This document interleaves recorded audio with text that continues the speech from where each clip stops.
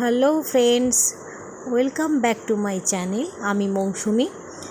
আজকে আমি সারাদিন কি করলাম বা কিভাবে আমার সময় কাটলো তো তোমাদের সবাইকে দেখাই। আশা করি তোমরা সকলেই ভালো আছো। সকালবেলায় প্রথমেই দুধ দিয়ে গেছে, তো সেই দুধ তুলে নিলাম ওপর থেকে ব্যাগ ঝুলিয়ে, কারণ নিচে নামা সবসময় সম্ভব হয় না। তারপরই মোটামুটি বাথরুমের পার্ট মিটিয়ে বাড়ির যে কাজকর্ম সকালবেলাকার সব মোটামুটি মিটিয়ে পুজো পাঠ সারলাম। তো পুজোর সময় আমার একটু দেরি হয়, তোমরা তো দেখতেই পাচ্ছ পূজা পাঠ চলছে। তো আমি সকালবেলা প্রত্যেক দিনই সকালবেলায় পুজো করে নেওয়ার চেষ্টা করি। তো সব দিন না হলেও বেশিরভাগ দিনই সকালেই হয়ে যায়। সকালবেলায় প্রথমেই ঠাকুরকে সেবা দিয়ে দিলে বা একটুখানি ঠাকুরকে মন দিয়ে ডেকে নিলে সারা দিনটা বেশ মোটামুটি ভালোই কাটে। তোমরা তো দেখেই নিলে যে আমার ঠাকুরের সিংহাসন বা কি ঠাকুর থাকে ওখানে, তোমাদের দেখিয়েও দিলাম। এখানে জানো তো একটা ছোট সাইজের পেতলের রাধা গোবিন্দ আছে। তো ওটা না আমি জানো ছোটবেলায় খেলতে খেলতে মাটি খুঁড়তে আর কি মাটির তলা থেকে পেয়েছিলাম। তারপর এটা আমার সব সময় সঙ্গে থাকে। আমার যখন বিয়ে হয় তখন এটা আমি সাথে করে এনেছিলাম। তো তারপর আবার কি জানো তো, আমার একটা ছোট প্রবলেম দেখা দিয়েছে, কিডনির সমস্যা। তো তার জন্য অনেক দিন ধরেই কলকাতায় এসে আছি, আর বিভিন্ন রকম টেস্ট কি আর করব, তো চলে গেলাম। সিটি স্ক্যান হবে, তাই জন্য তার আগে একটা ব্লাড টেস্ট করতে দেয়। তো ওটা করলে তারপর মানে ওই সিটি স্ক্যান করা যাবে কি না সেটা বোঝা যাবে আর কি। তো সেটা করতে চলে গেলাম। ব্লাড দেওয়া হয়ে গেছে। ব্লাড দেওয়ার পর দেখলাম যে স্কুটি করে আমি আর আমার মেয়ে গিয়েছিলাম, ছেলে বাড়িতেই ছিল, স্কুটি পাংচার হয়ে গেছে। আবার সেখান থেকে কিছুটা এগিয়ে গিয়ে স্কুটি সারিয়ে তারপর বাড়ি নিয়ে এলাম। তারপর সকালবেলা এসেই ক্লান্ত লাগছিল, তো ভাবলাম ট্রি ব্রেক হয়ে যাক। তো সবাই মিলেই চা একটু করে খেয়ে নিলাম বানিয়ে, সাথে বিস্কুট ছিল, কারণ তখনও আমাদের টিফিন করা হয়নি। তারপর এসে লুচি বানিয়ে আর মোটামুটি একটা প্লেন তরকারি করে লুচি আর তরকারি টিফিন করলাম। এরপর এবার রান্নার পাট। তারপর আবার সবজিওয়ালাও এসে গেছে। সবজিওয়ালা নিচে থেকে ডাকছিল, তো ওখান থেকে আবার গেলাম। নিচে আর যেতে পারিনি, ওখান থেকেই ব্যাগে করে যা সবজি নেবার নিয়ে নিলাম। তারপর সবজিওয়ালাকে বললাম গেটটা একটু বন্ধ করে দাও, ও অবশ্য জানে, করে দিয়েই যায়। তারপর এবার সবজি নেওয়া হয়ে গেলে ভাত চাপিয়ে দিলাম। আর একদিকে এখন ওল নিয়ে এসেছিল, এবছর এই টাইমেই ওল মানে নিয়ে এসছে প্রথম। তো দেখলাম আমার ছেলে মেয়ে আমরা সবাই খেতে ভালোবাসি, লেবু দিয়ে সর্ষে বাটা দিয়ে কাঁচা লঙ্কা দিয়ে মেখে নিয়েই নিলাম। তারপর ওলটাকে ওই বাটিতে সিদ্ধ চাপিয়েছিলাম, কিন্তু জানো তো তারপর আবার ভালো সিদ্ধ হয়নি, প্রেশার কুকারেই চাপাতে হয়েছিল। এরপর রান্নার জন্য সবজি কাটতে শুরু করে দিলাম। বেগুন, পটল, ডাঁটা, আলু আরও ইত্যাদি ইত্যাদি।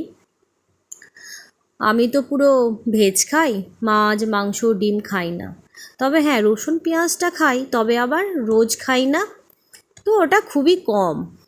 তো প্রত্যেক দিন একটা মানে ভাবনা থাকে যে কি রান্না হবে। তো আমার ছেলে মেয়ে আর আমার বর, যদিও ওরা মাছ মাংস বা ডিম খায়, আমার ছেলে আর মেয়ে আবার মাছও খায় না। তো এরকম রান্নার একটা চিন্তা থাকে যে কি করব মানে সবাই কি খাবে।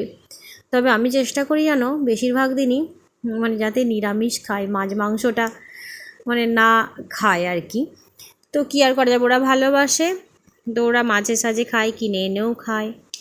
তারপর চলো দেখি, করতে করতে ভাত হয়ে গেল, ফুটেও গেছে, হয়েও গেছে বোধহয়, দেখে নিই হয়েছে কি। তো দেখলাম ভাতও হয়ে গেছে। আর আমি জানো তো এই ভাতের হাঁড়ির ওই গায়ে ফ্যান পড়াটা না একদম পছন্দ করি না। আমি না সঙ্গে সঙ্গে চেষ্টা করি ওটা মুছে পরিষ্কার করে নেওয়ার। এবার এরপর আবার ভাতের ফ্যানটা গালিয়ে নিলাম। ওই যে বললাম ওলটা সিদ্ধ হচ্ছিল, তারপর ওটাকে আবার প্রেসার কুকারে দিয়েছি। এবার তারপর পটল ভাজবো।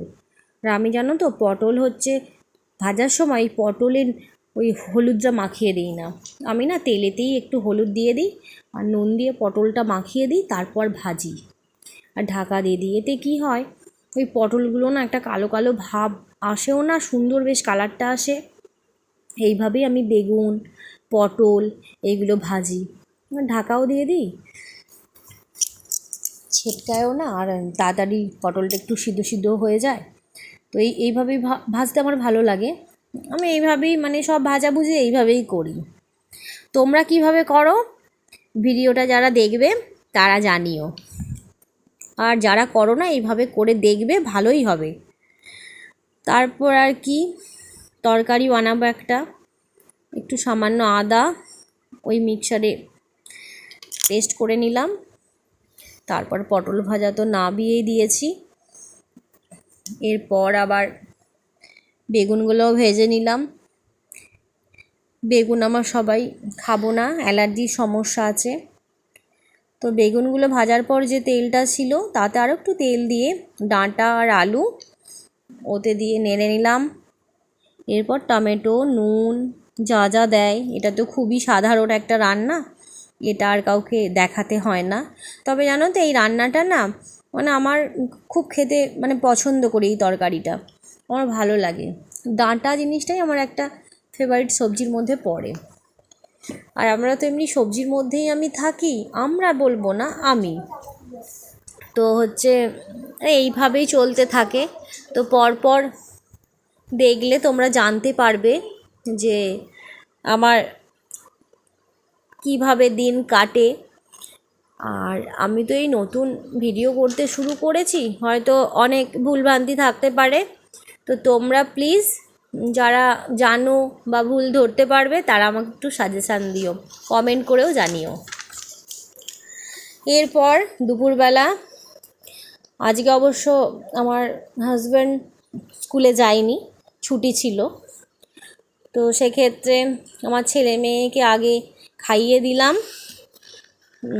যদি ওরা আগে ভাত বেড়েছিলাম যে নিজে নিজে খাবে বলে, তারপর বললো না নিজে খাবো না, খাইয়ে দাও।